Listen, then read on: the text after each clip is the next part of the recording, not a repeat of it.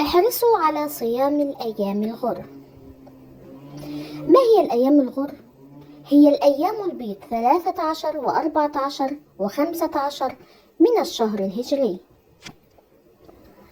ورد عند النسائي بإسناد حسن أن النبي صلى الله عليه وسلم قال: إن كنت صائما فعليك بالغر البيض 13 14 15.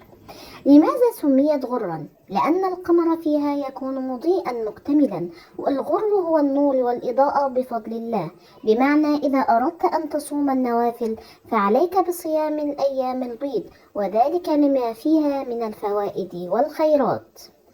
1. صيام الأيام البيض تذهب أمراض القلب وغل القلب.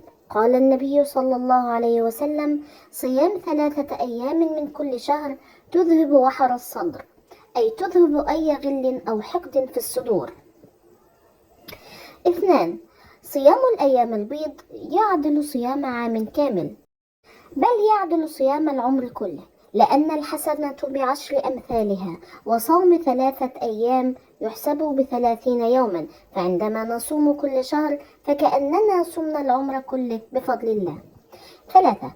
الصيام يكسر الشهوة ويعصم الإنسان من الوقوع في الحرام، كما ثبت في البخاري ومسلم أن النبي صلى الله عليه وسلم قال: يا معشر الشباب، من استطاع منكم الباءة فليتزوج، فإنه أغض للبصر وأحصن للفرج، فمن لم يستطع فعليه بالصوم، فإنه له وجاء أي وقاية من الوقوع في الحرام.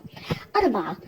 ذكر بعض الأطباء أن صيام الأيام البيض له فوائد عظيمة جدا. تقبل الله منا ومنكم إن شاء الله. لا تنسوا الصلاة على النبي محمد صلى الله عليه وسلم، ولا تنسوا الاشتراك في القناة وتفعيل زر الجرس ولايك حتى يصل لكم كل جديد. والسلام عليكم ورحمة الله وبركاته.